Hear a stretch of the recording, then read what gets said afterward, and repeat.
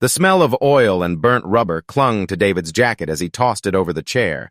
Another 12-hour shift at the auto shop, another day of aching muscles and barely enough cash to keep the lights on. He sat heavily at the kitchen table, eyes drawn to the crumpled lottery ticket sticking out of his wallet. He had bought it on a whim the night before, not out of hope, but habit. A few spare dollars traded for a fantasy he never truly believed in. Clara, standing by the sink with her arms crossed, eyed him with the familiar mix of disdain and exhaustion. "You bought another one of those, didn't you?" she asked, her voice sharp but tired. David gave a half smile. "Yeah, figured I'd buy myself a dream for a day." "You'd do better buying bread," she muttered, turning back to the dishes. Narration carried the silence that followed. They had been married nearly 10 years, bound not by love anymore, but by routine, by debts, and by the fragile thread of promises once made in better days. Their conversations often ended like this, clipped, defensive, circling the same hopeless themes. That night, when the lottery numbers flickered across the old TV screen, David almost forgot about the ticket in his wallet. He reached for it lazily, matching one number, then another. His heart stumbled as the pattern continued. Third, fourth, fifth. By the sixth number, his hand was shaking so hard he nearly dropped the slip. No way," he whispered, barely audible. Clara looked up from the couch, irritated. "What now?" "Clara, I think we won." His voice cracked on the last word. She frowned. "Don't joke like that." "I'm not joking." He shoved the ticket into her hand. Look at the numbers." Description framed the moment like a frozen photograph. Clara, eyes scanning the ticket, her face drained of color, her lips parting but no sound emerging. The cheap TV buzzed in, the background, the announcer's voice confirming the winning numbers in monotone finality. Her hand trembled. $500,000, she whispered. David laughed, but it was not the laugh of joy. It was disbelief. His mind raced to unpaid bills, the rusted car in the driveway, the landlord's threats, the endless cycle of work and exhaustion. Suddenly, that cycle had a crack in it, a way out. He pulled her into an embrace, but she remained stiff, unmoved. Narration dipped deeper into her silence. For Clara, the money was not salvation. It was a reminder of everything she felt slipping from her control. David's sudden hope lit his face in a way she hadn't seen in years. And in that light, she felt invisible. Their embrace broke quickly. "We need to call the lottery office," David said, already pacing. "We'll set up an account, maybe talk to a lawyer. God, Clara, do you know what this means?" Clara sat back down slowly, her eyes narrowing. "I know exactly what it means," she replied, but her tone was unreadable. The clock ticked in the silence that followed, each second heavy, like a reminder that time was shifting beneath their feet. David stood by the window, staring into the dark street.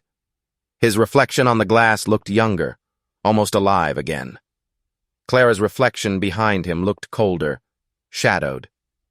For the first time in years, David felt like the world had opened its door. For Clara, it felt like it had closed around her. Outside, rain began to fall softly, tapping against the glass. The sound filled the room, masking the unease that neither of them dared to speak aloud. And though the ticket lay between them on the table, a symbol of freedom, of escape, it was also the spark of something far darker, waiting to ignite. The rain had stopped by morning, leaving the air damp and heavy. The lottery ticket, now tucked safely in an envelope, sat on the kitchen table like a sacred relic. David had woken earlier than usual, humming under his breath, already making lists of what they could do with the money. By evening, he brought home a cheap bottle of champagne, the kind they had never bothered with before. He placed it on the table with a grin that looked foreign on his face. "We should celebrate," he said, holding up the bottle like a prize. Clara raised an eyebrow. "With this?" It's what winners drink, isn't it? He laughed, fumbling with the cork. The cork shot across the room with a pop, bouncing off the wall. Foam spilled down the neck, and David quickly poured into two mismatched glasses. He handed one to Clara. To us. To a new beginning. She clinked her glass reluctantly. To us, she echoed, though her voice carried no warmth. Narration filled the spaces between their sips. David talked about the debts he would pay, the garage he might finally open, the freedom to stop bending his back for scraps. His words tumbled out with a confidence she hadn't heard in years, every sentence painting a picture of a life where he was in control. Clara listened, her smile practiced, but inside, bitterness gnawed at her. The money was already his in his mind, his plans, his dreams, his triumph. Her presence seemed secondary, like an afterthought. She studied him across the table, his shoulders straight, his voice strong, his eyes shining with possibility. This wasn't the weary man she knew, beaten down by life. This was someone reborn, and in his rebirth, she felt herself fading. "You're quiet," David said suddenly, interrupting his own excitement. "What are you thinking?" She swirled the champagne in her glass. "I'm thinking $500,000 doesn't erase everything." He frowned. "It's a start. A real start. We can finally breathe, Clara. Don't you see that?" "Maybe," she said softly, her eyes lowering. "Or maybe it just changes the kind of cage we live in." The dialogue left a silence between them, thicker than the bubbles rising in their glasses. Description sharpened the scene. The dim yellow light of the kitchen bulb, the bottle sweating on the table, Clara's face half in shadow as she turned away. Behind her calm exterior, secrets pressed against her chest, debts owed to people David didn't know about, a lover who whispered promises of escape, resentment that had festered for years. For her, the money wasn't freedom. It was leverage. It was escape. It was a weapon. David, oblivious, raised his glass again. "We'll be fine. You'll see. Everything changes from here." She forced another smile and drank, though the taste of champagne was bitter on her tongue. As the night wore on, David grew louder, speaking of travel, investments, and leaving old struggles behind.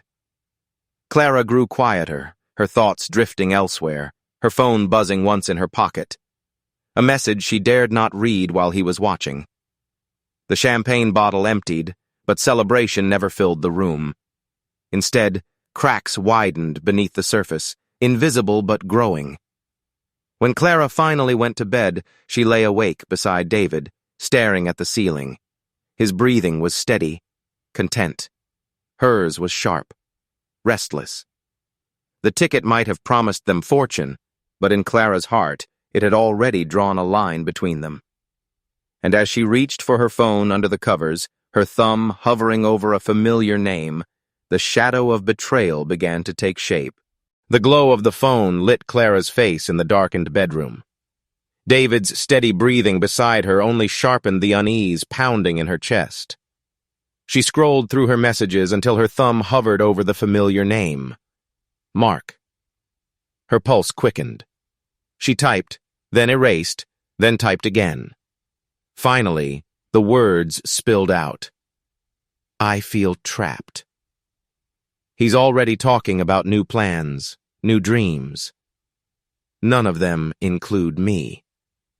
She hit send before she could second-guess herself. Narration lingered in the silence as she clutched the phone, her eyes fixed on the screen. It didn't take long. The reply came quickly, like he had been waiting. "Then maybe this is the sign we needed. $500,000, Clara. That's not just his money. That could be our escape." Her breath caught. The word "our" slid into her mind like a blade. Sharp, tempting, dangerous. Mark had always painted himself as her way out, the man who saw her beyond the walls of this broken marriage. Now the money gave his promises weight. She typed back, fingers trembling, You don't understand. He'll never let me go. He's holding on to this like it's his second life. Another pause. Then, so take it before he does. Her stomach tightened. She stared at those words, feeling the pull of something she wasn't ready to name. Beside her, David shifted. She froze, shoving the phone under the blanket. His eyes opened briefly, unfocused in the dim light. "You're still awake?" he murmured. "Yes," she whispered, forcing calm. "Couldn't sleep." He rubbed his face, groggy but smiling faintly. "It's the money, isn't it? Feels unreal." Clara nodded, her heart hammering. "Something like that." He reached for her hand under the covers, squeezing it gently. "Don't worry. This changes everything for us. I'll take care of it. I'll take care of you." The words might have sounded tender, but to Clara they rang hollow. In his mouth, "Take car," felt like ownership, like control. She forced a smile in the dark, her lips tight. When his breathing steadied again, Clara slipped out of bed, her bare feet silent on the cold floor. She retreated to the kitchen, phone in hand, unable to stop herself from rereading Mark's message. Description painted the scene in muted strokes, the dim refrigerator light glowing against her tired face, her reflection warped in the kitchen window, the lottery envelope sitting innocently on the counter. A promise, a threat, a future neither of them could share. She typed again, "What are you saying, Mark?" The reply came almost instantly. "I'm saying we don't have to stay trapped.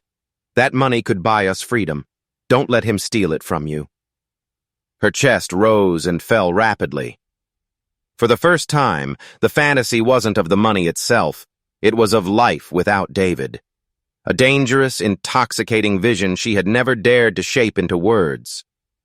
But David, still in the bedroom, thought her silence was grief, or shock, or maybe disbelief at their sudden luck. He couldn't see the storm hardening inside her, couldn't feel the quiet betrayal that had already taken root. Clara slipped the phone into her pocket, turned off the fridge light, and stood in the dark kitchen, staring at the envelope on the counter. Her reflection in the window looked back at her, pale, hollow-eyed, and hungry. When she finally returned to bed, she lay rigid, staring into the darkness, her body turned away from David. His dreams were filled with hope, hers with whispers she couldn't silence. And as the night deepened, the line between fantasy and intent blurred dangerously, setting her on a path she would not be able to turn from. The morning sun filtered weakly through the curtains, but the warmth didn't touch the tension lingering in the bedroom. Clara's back was still turned to David when he woke. He watched her for a moment, wondering what storm brewed inside her, then quietly rose and dressed. Narration carried his thoughts. Clara hadn't been herself in years. Cold, distant, always with some shadow behind her eyes. The money had sparked something in him, but in her, it had carved out an even greater silence. By midday, David found himself at a quiet diner on the edge of town, the kind of place where secrets slipped between clinking coffee cups. Across the booth sat Angela, his longtime friend from high school, the one person who still asked how he was doing. Angela studied him carefully. "You look different. Lighter." David chuckled, rubbing the back of his neck. "Guess that's what winning the lottery does." "Or maybe it's something else," she said, her tone probing. He sighed, leaning in. "I haven't told anyone this, Angie. Not even Clara. Especially not Clara." Her eyes narrowed. "What is it?" The words spilled from him like a dam breaking. "I'm going to leave her. As soon as the money clears, I'm done." Angela's coffee cup paused mid-air. "David, that's a big decision. It's the only one that makes sense." His voice hardened. "She doesn't love me. She hasn't in a long time. I feel it every day, the way she looks at me, the way she talks to me. It's like I'm a burden she can't wait to be rid of. Angela set her cup down, choosing her words carefully. Marriage isn't easy, but money changes things. Maybe this is a chance to rebuild. No. His interruption was sharp. This isn't about money. It's about betrayal. Her eyes widened. Betrayal?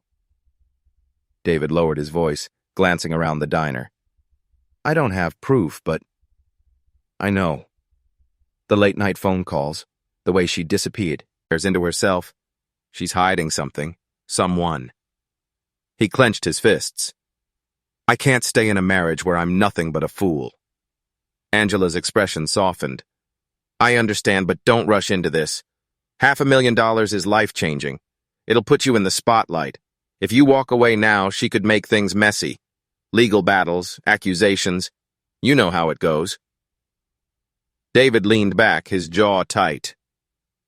She won't have the chance. I'll make sure of that. The money will be mine to start over, and she won't drag me down with her. Narration lingered on the weight of his words.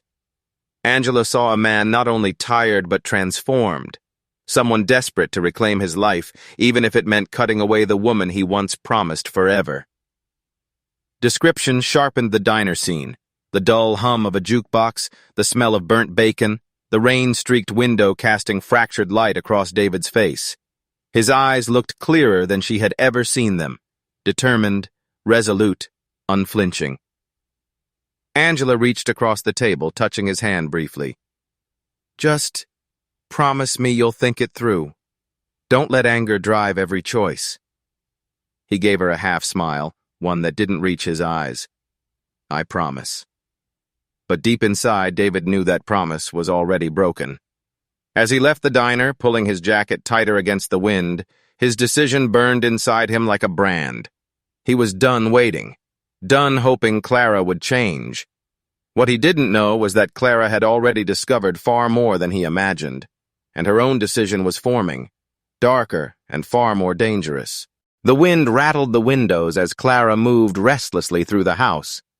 David had been gone most of the afternoon, claiming he had errands, but she suspected there was more beneath his vague excuses.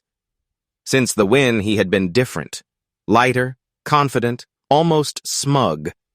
She felt it in the way he carried himself, as if he had already stepped into a new life where she wasn't invited. She drifted toward the bedroom, her eyes catching on the jacket he had left tossed over the chair. Something in her gut pulled her closer.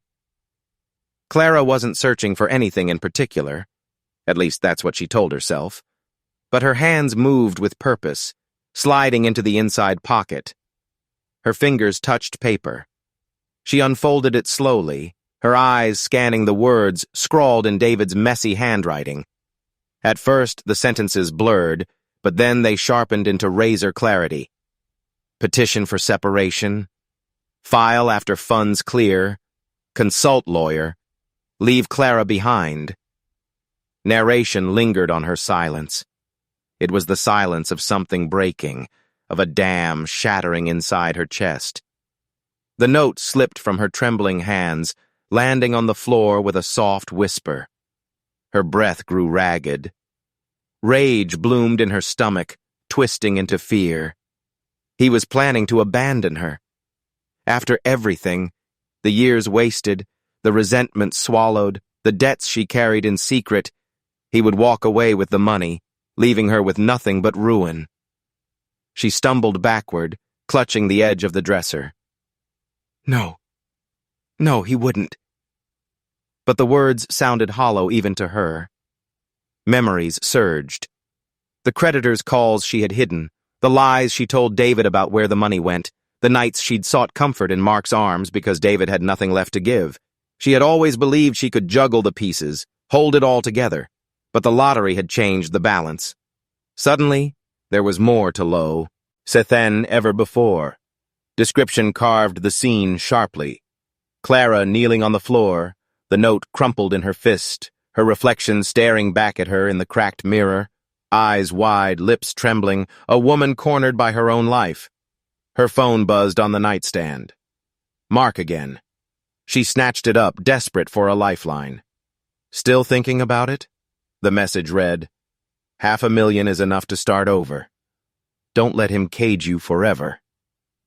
Her thumbs hovered over the screen. For a moment, she wanted to confess what she had found, to spill her panic into his waiting words. But something stopped her.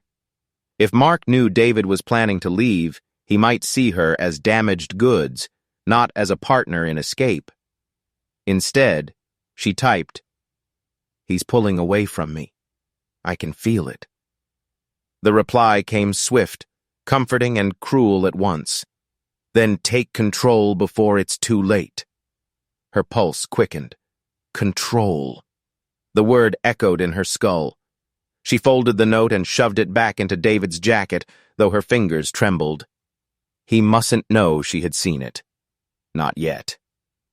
When David returned later that evening, smelling faintly of coffee and rain, he greeted her with a smile that only deepened her fury. She forced her lips into a curve, hiding the storm beneath. "You okay?" he asked, searching her face. "Of course," she said smoothly. "Just tired." Narration underscored the lie. Inside, her mind raced with images she could not silence. David gone, the money slipping from her grasp, her life collapsing into ash.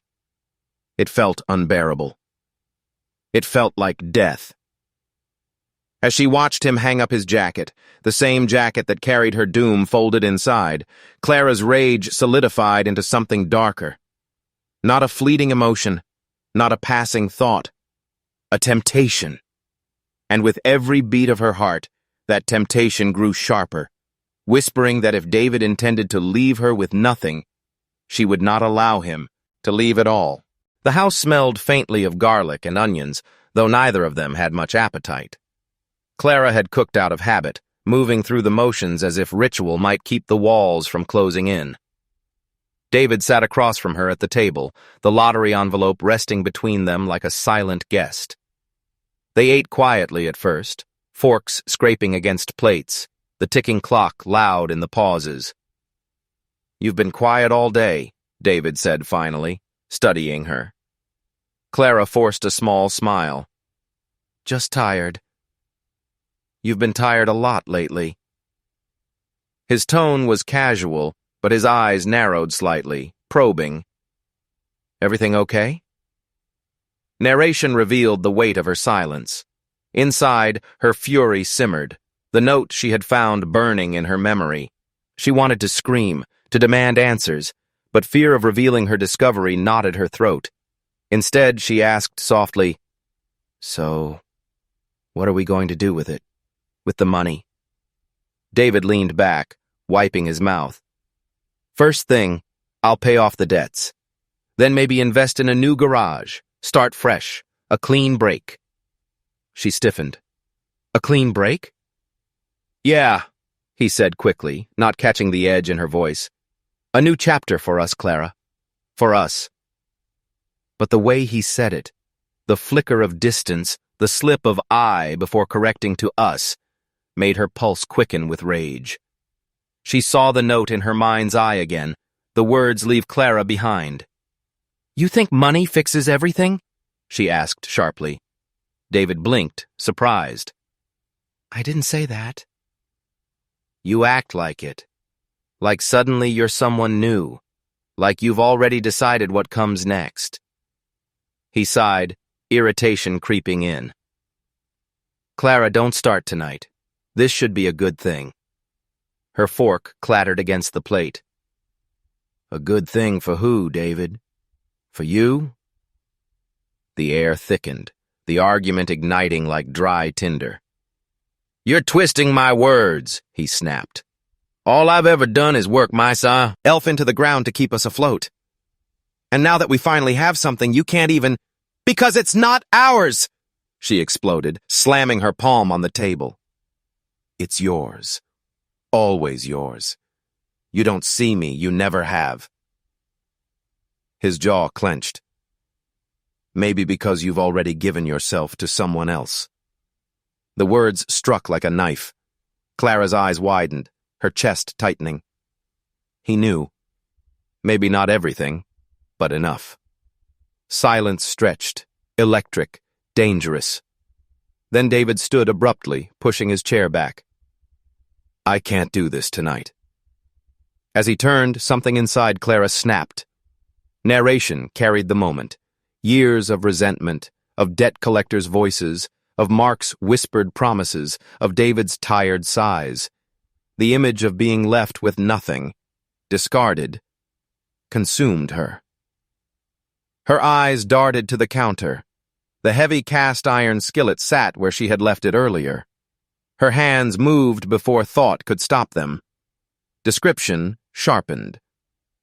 Clara's grip tightening on the skillet, her breath coming fast, the kitchen light casting harsh shadows across David's back. "David," she said, her voice trembling. He turned, confusion flickering across his face. "What?" The skillet came down with a sickening crack. His cry was short, cut off as he collapsed onto the floor, the envelope fluttering from the table beside him. Clara stood frozen, the skillet still in her hands, her body shaking violently. Silence filled the room, broken only by her ragged breathing. David lay motionless, his head twisted at an unnatural angle, blood pooling slowly beneath him. His eyes stared blankly, the light fading as swiftly as her rage had surged. Clara dropped the skillet with a clatter, the sound echoing through the house. Her hands clutched her mouth as a sob escaped her throat. Narration lingered in the horror settling over her. She had crossed a line she could never return from. The temptation that had whispered now screamed in her ears, "It's done. You've done it." She staggered backward, pressing against the counter, staring at the man who had once been her husband, her partner, her tether to the world. Now he was nothing but stillness on the kitchen floor. The envelope lay between them, stained by a dark splash of red. Clara slid down to the floor, her chest heaving, the reality sinking in with brutal clarity. She had killed him. And yet beneath the horror, another thought began to form, a cold, pragmatic whisper that told her she still had a choice to make, not about life, not about death, but about what came next.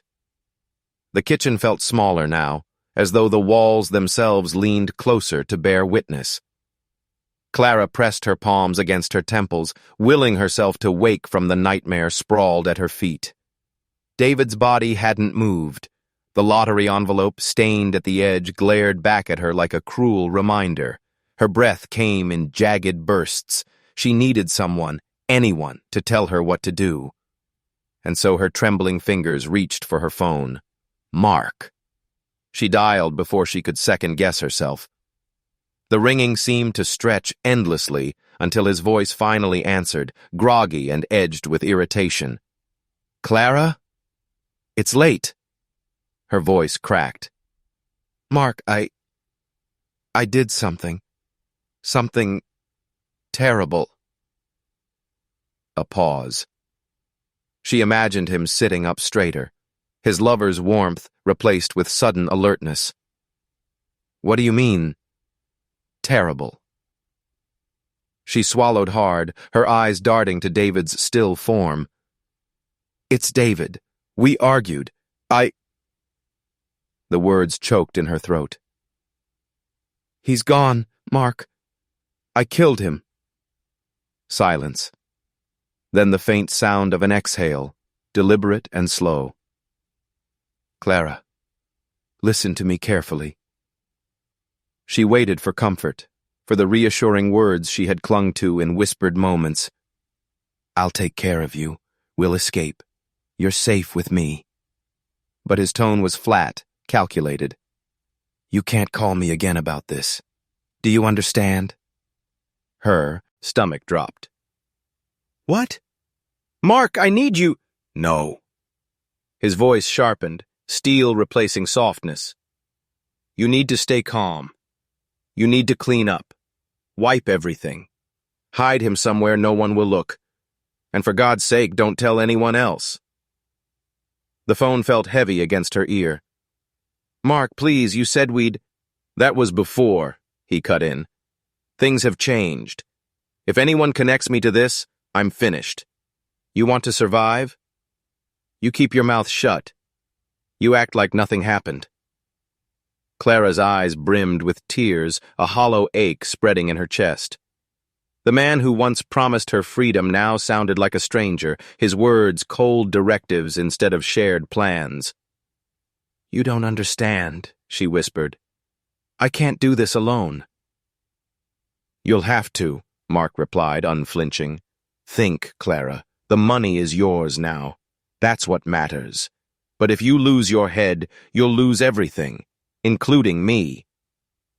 The line went quiet except for his steady breathing. Clara clutched the phone tighter, desperate. "So that's it? You're just leaving me like this?" "I'm not leaving," he said, but the distance in his tone betrayed him. "I'm protecting us.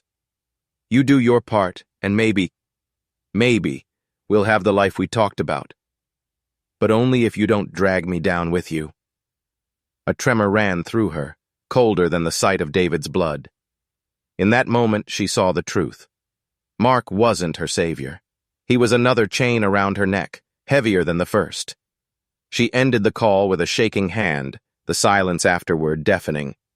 The warmth she had once found in his arms felt like a lie now, replaced by the icy clarity of survival. Her gaze drifted back to David's body. His face was pale, his eyes glassy, and yet his presence still dominated the room. Even in death, he pinned her down. She sank to the floor, pressing her back against the cabinet, her mind racing. Mark's voice replayed over and over. "Hide him. Wipe everything. Don't tell anyone."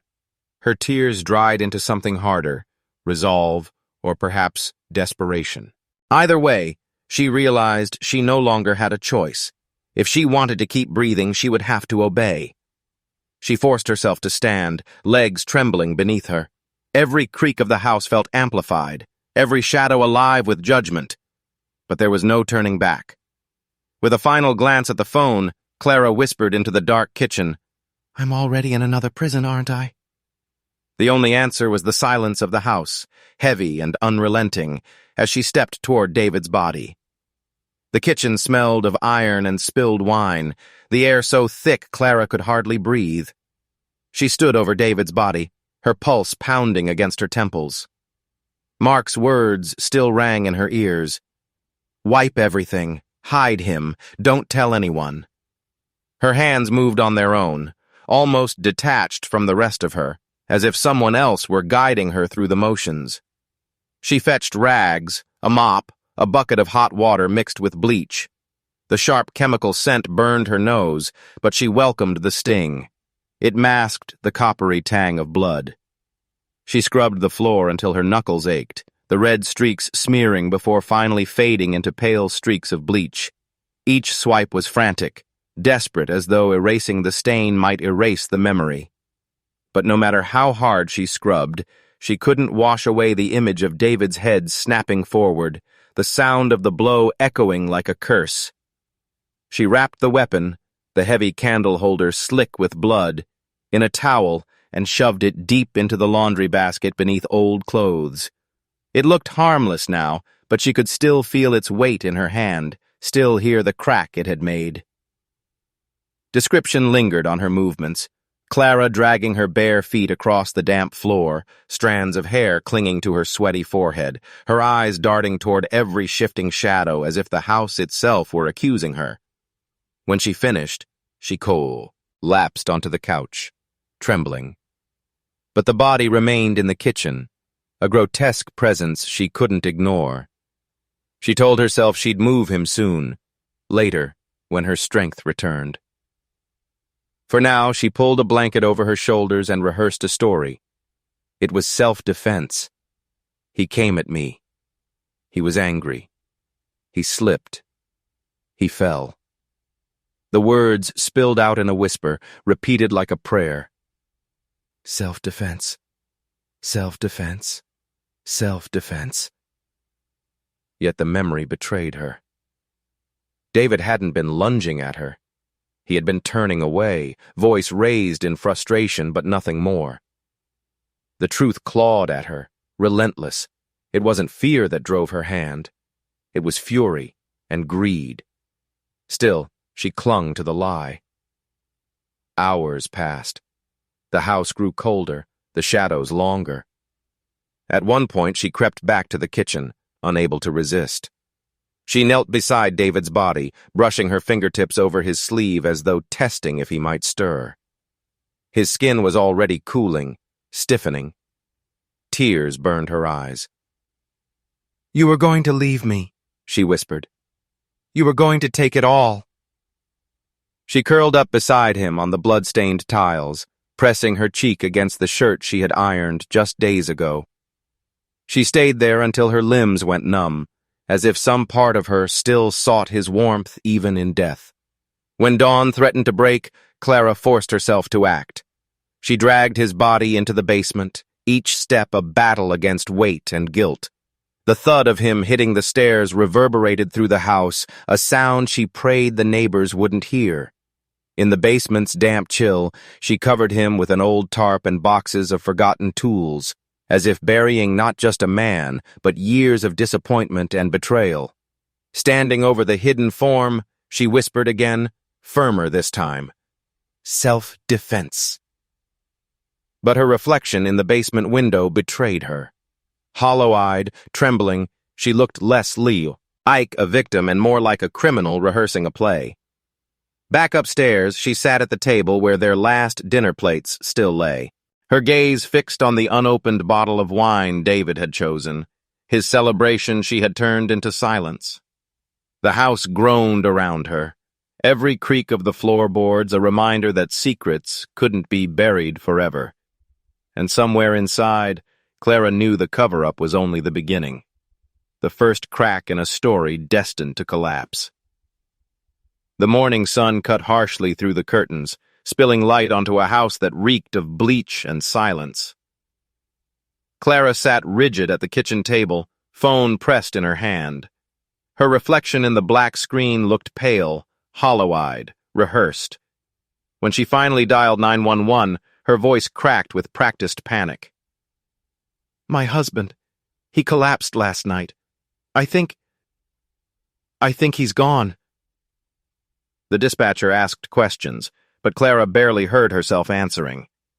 Minutes later, red and blue lights flickered outside her window. 2 officers entered first, followed by a detective in a gray suit whose sharp eyes scanned the scene with unsettling calm. Clara clutched her robe tighter, feigning trembling. "He wasn't feeling well," she stammered. "He'd been drinking, then suddenly he just collapsed in the kitchen." They followed her into the room. The bleach smell was unmistakable. The tiles gleamed too brightly, scrubbed raw. The detective's gaze lingered on the faint discoloration near the baseboard, almost invisible, but not quite. "Where is the body now, ma'am?" Clara hesitated. I dragged him downstairs. I didn't know what to do." The officers exchanged a glance. One muttered under his breath, "Strange place to leave him." Her pulse hammered, but she forced a sob. "I was scared. I couldn't bear to look at him anymore." They descended into the basement. Clara followed, each creak of the stairs heavier than the last. The tarp-covered form lay awkwardly beneath scattered boxes. The detective crouched, his gloved hand pulling the plastic back. David's face, waxen and still, emerged into the cold air. The detective's expression didn't change, but his eyes sharpened. "Collapsed, you said?" Clara nodded quickly. "Yes. He hit the floor. I couldn't move him properly."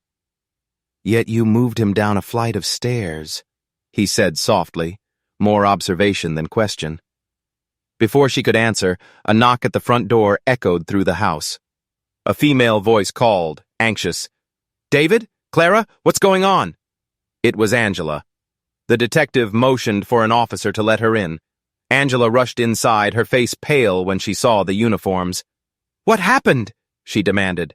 Her eyes darted to Clara, suspicion already alive in them. Clara's throat tightened. He collapsed." Angela shook her head, tears welling. "No, No, David told me just yesterday he was leaving you. He said he had plans once the money cleared. The room went cold. The detective turned sharply to Clara. Is that true, ma'am? Clara's breath hitched. He said things sometimes, but he was upset, you know. He didn't mean it. Angela stepped forward, voice trembling but firm. He meant it. He told me he suspected you were seeing someone else, that you had a temper. He was scared of how you'd react when he left. Clara's vision swam. Every word was a dagger, unraveling the story she had tried to stitch together. The detective straightened, his pen scratching across a small notepad. So, Mrs. Whitaker, he said evenly, your husband was planning to leave you. He ends up dead in the house. The floor has been scrubbed with bleach, and you waited until morning to call. Clara's voice faltered. She clutched at her robe, eyes wet, heart racing. I panicked. I didn't know what to do. It was all happening so fast. The detective studied her for a long moment, silence pressing down like a weight. Then he spoke, low and deliberate. Sometimes, Ma. It's not the crime itself that gives people away. It's the way they try to clean it up. Clara shivered, her breath uneven.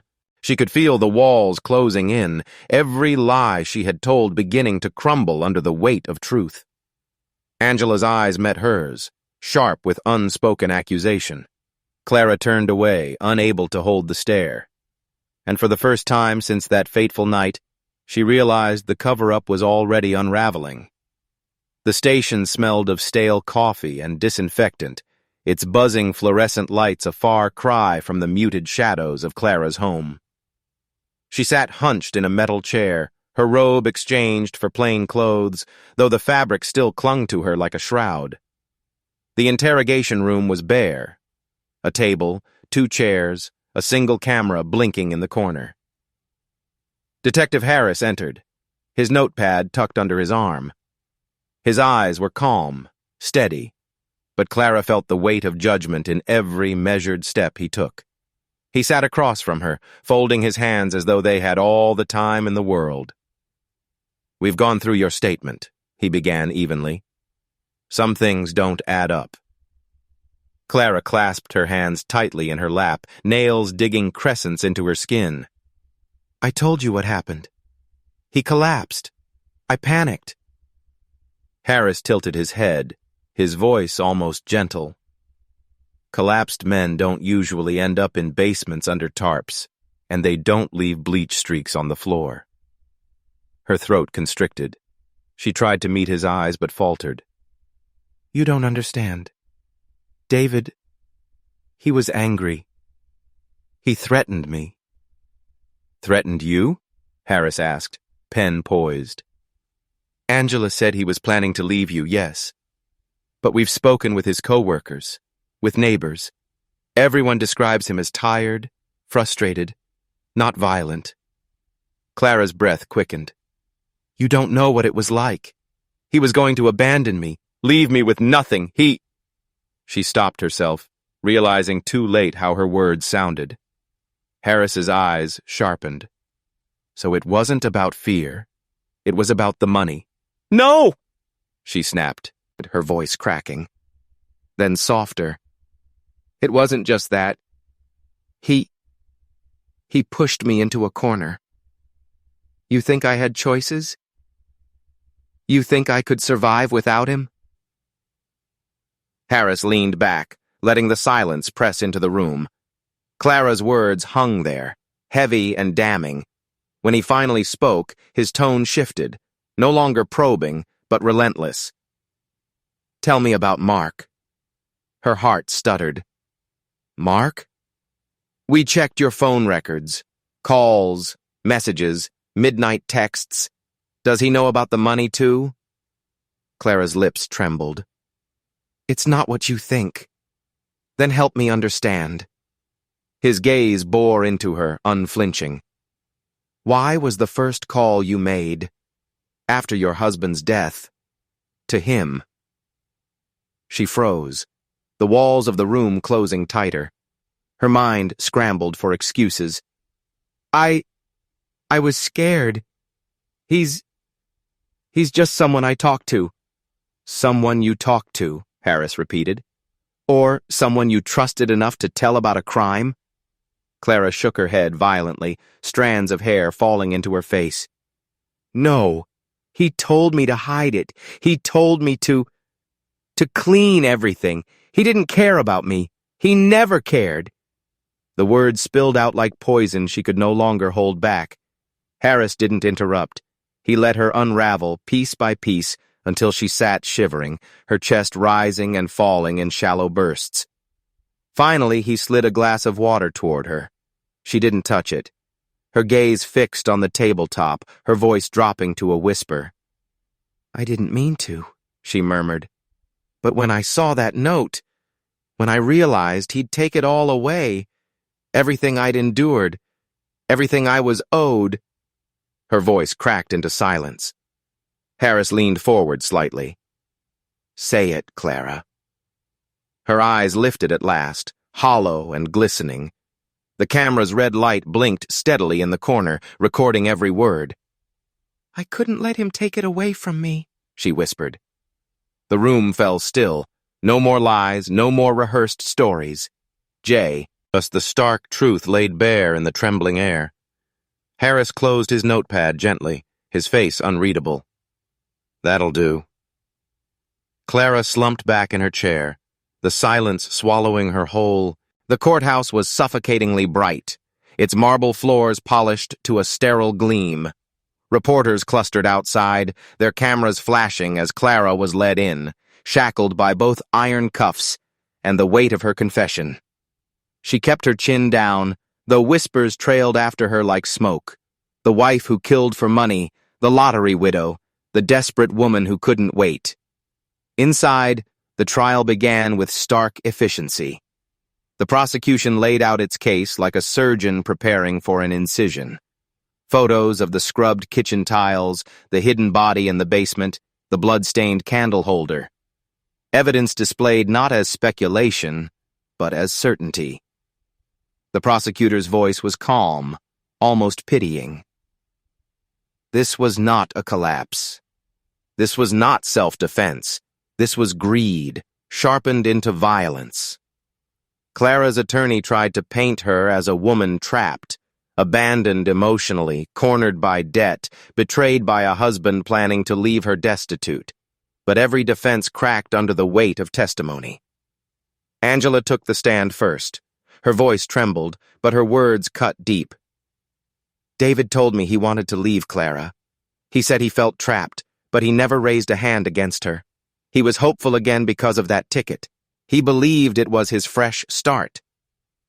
Clara shifted in her chair, unable to meet Angela's tearful gaze. Each word painted David not as the man she resented, but as a victim full of longing for freedom. The jury watched her, faces hardening. Then came Mark. Clara's stomach knotted as he walked into the courtroom, his expression detached, his suit crisp. When the prosecutor asked if he had an intimate relationship with Clara, he didn't flinch. Yes, but I ended things once I realized the extent of her instability. Clara gasped, her mouth opening, but her lawyer's hand on her arm silenced her.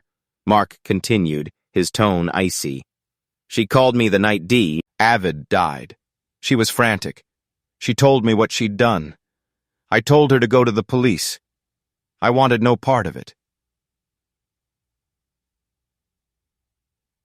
It was a lie, Clara knew, but a clever one.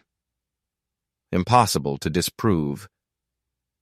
He had shifted every ounce of suspicion back onto her, erasing himself with cold precision. Her heart ached as she realized she had traded one captor for another. The man she once believed would save her now buried her deeper. The jury's eyes flicked toward her again. No longer did she resemble a desperate, frightened wife. The prosecution's framing had stuck. She looked like a woman capable of calculated betrayal. Financial records were brought forward next. Overdue credit cards, hidden debts, phone calls from creditors. The mountain of lies she had juggled in secret now towered above her, crushing any remnants of sympathy. And then the lottery ticket itself, sealed in a glass case. The prosecutor's hand hovered over it as though it were a relic of all that had been lost. $500,000. Enough to promise a new life. But neither David nor Clara touched a cent, because greed has a way of devouring everything before it can be savored. The words echoed in the silent courtroom. Even Clara's lawyer lowered his eyes. When closing arguments came, the prosecutor's voice was steady, final. This case is not about love gone wrong. It is about greed, about a woman who saw a prize and refused to let it slip from her hands, even if it meant taking a life. David Whittaker did not die of misfortune. He died of betrayal. Clara sat frozen, the truth pressing down on her from all sides. She wanted to scream that she hadn't been alone in her desperation, that Mark had pushed her, that David's cold plans had cornered her. But no one in that room was listening anymore. All they saw was the woman who had traded her soul for a ticket she would never cash. The courtroom was silent as the judge returned, his robe trailing like a shadow across polished wood. Clara sat stiffly between her attorneys, wrists bound, eyes hollow. She barely registered the murmurs, the reporters scribbling in frantic strokes, the audience shifting on benches. The judge's voice cut through the stillness. Clara Whittaker, you have been found guilty of first-degree murder. You are hereby sentenced to life in prison without the possibility of parole. The gavel struck once. Final. Absolute. Gasps rippled across the gallery. Angela lowered her head, tears slipping quietly down her cheeks. Mark, seated further back, avoided Clara's gaze entirely, his face a mask of distance. Clara, however, didn't flinch. Her eyes remained locked on nothing in particular. Not the judge, not the jury, not the sea of watching faces. Instead, she stared through them all, as though something invisible lingered just beyond the room. Narration settled into her silence. She wasn't looking at the people who condemned her, but at the ghost of what her life could have been. She imagined the house filled with laughter instead of shouting, the debts erased instead of multiplied, the lottery winnings bringing peace instead of blood. She saw herself on a beach with Mark, though the image wavered, brittle, now that his betrayal was etched into truth. She pictured David alive, perhaps smiling in a way she hadn't seen in years, free of her resentment and the storm that always hung between them. But none of it was real. It was only fragments, fading illusions. The reality was cold steel bars and concrete walls, and the echo of her own footsteps down endless prison corridors. The final irony came when the prosecutor announced that the winning ticket, that $500,000 miracle, would remain sealed away as evidence, never claimed, never spent. The fortune that had promised for her, Edom rotted in an envelope locked behind glass like a cursed relic. Clara's lips parted, as though she might laugh, but no sound emerged. Only a hollow breath. The prize had destroyed everything before it ever delivered a single joy. As guards led her away, chains clinking with every step, Clara didn't look back. There was nothing left to look back to. The narration carried the closing weight. Greed had turned sudden fortune into ruin. Betrayal had sharpened hope into tragedy. A marriage already fractured had collapsed entirely beneath the weight of secrets. In the end, Clara did not win the money, nor the freedom she thought it promised.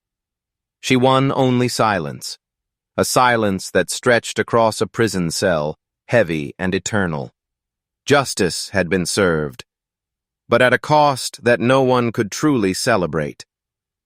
And somewhere in that silence, the ghost of David Whittaker lingered, a reminder of how quickly luck can twist into loss, and how no fortune is worth the price of a soul.